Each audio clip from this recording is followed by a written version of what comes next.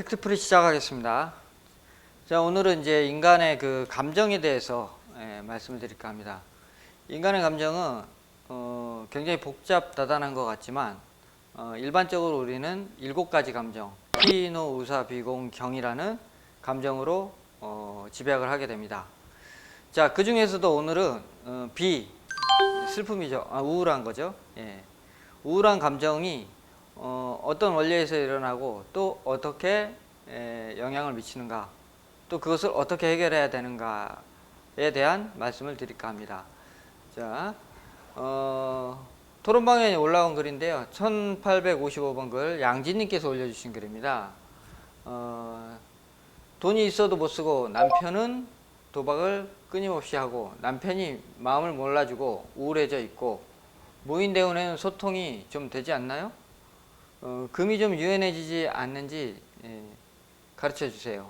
그러니까 지금 먹고 살 돈은 있다는 뜻이고요.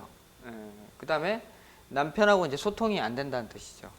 그 다음에 무인대운, 그러니까 59세 지금 됐으니까 지금 현재 무인대운에 와 있는데 굉장히 우울한 감정을 느끼고 계시다.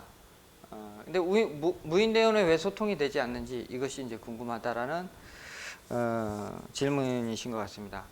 자, 그러면은 이분이 왜 우울해하실까? 인간의 그 욕구 중에 아까 말씀드렸던 것처럼 우울한 감정은 비에 속합니다. 자, 욕구라는 건 크게 두 가지로 나눌 수가 있는데요.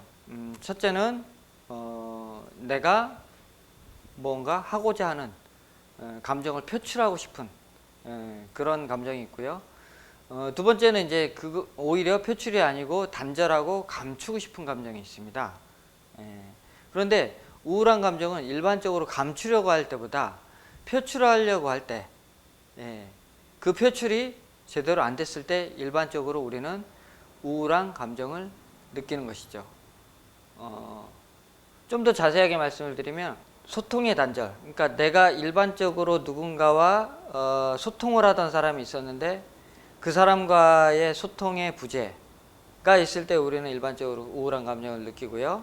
또 반대로 새로운 어떤 소통을 열어가려고 하는데 그것이 뜻대로 되지 않을 때 일반적으로 우울한 감정을 느끼게 됩니다.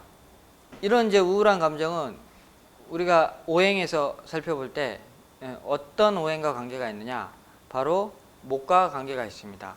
목이라는 오행은 일반적으로 의욕의 대명사가 되는 것이고 자신의 감정, 자기가 하고자 하는 뜻을 표출하려고 하는 오행이죠.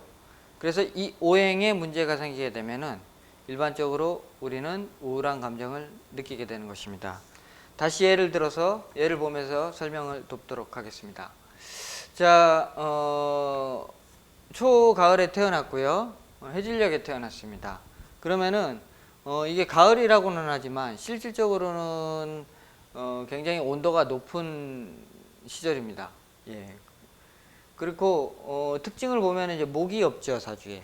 목이 없고 그 다음에 또 드러난 화는 없고 천간에 정화 일간으로만 되어 있습니다. 일반적으로 이렇게 목이 없을 경우에 자, 이렇게 수대운을 걸어오면 일반적으로 우울한 감정을 느끼지 못합니다. 왜냐면은 자, 목이 없다고 하는 것은 뭔가 새롭게 내가 하고자 하는 뜻이 없었기 때문에 자, 그것이 안 되는 것에 대한 좌절감을 느끼지 않게 되는 것이죠. 그렇기 때문에 슬플 일도 없습니다.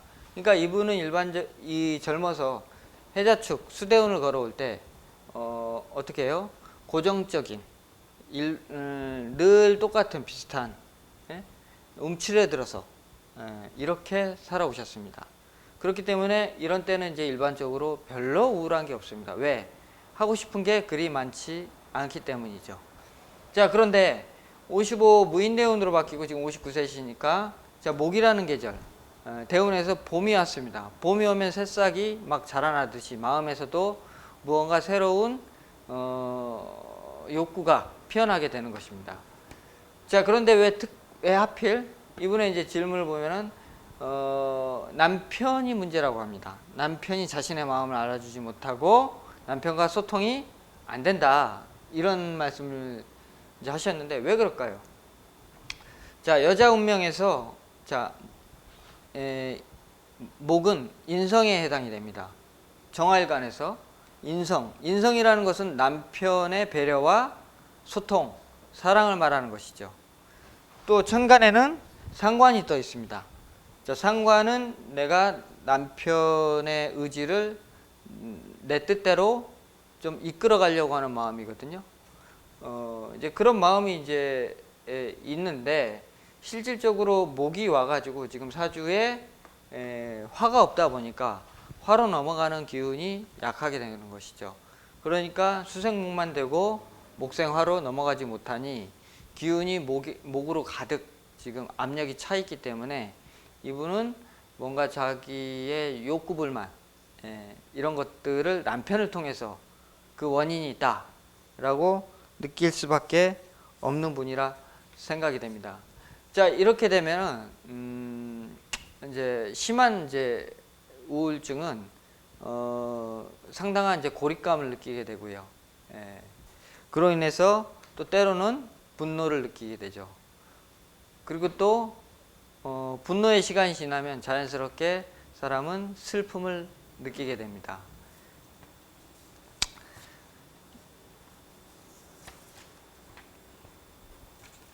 자, 슬픔을 느끼게 됨으로써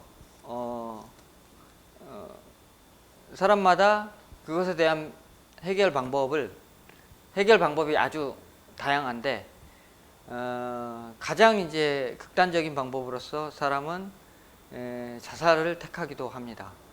자, 그래서 우리나라는 OECD 국가 중에서 자살률이라는 가장 불명예스러운 기록을 갖고 있습니다. 일반적으로 개인의 자살은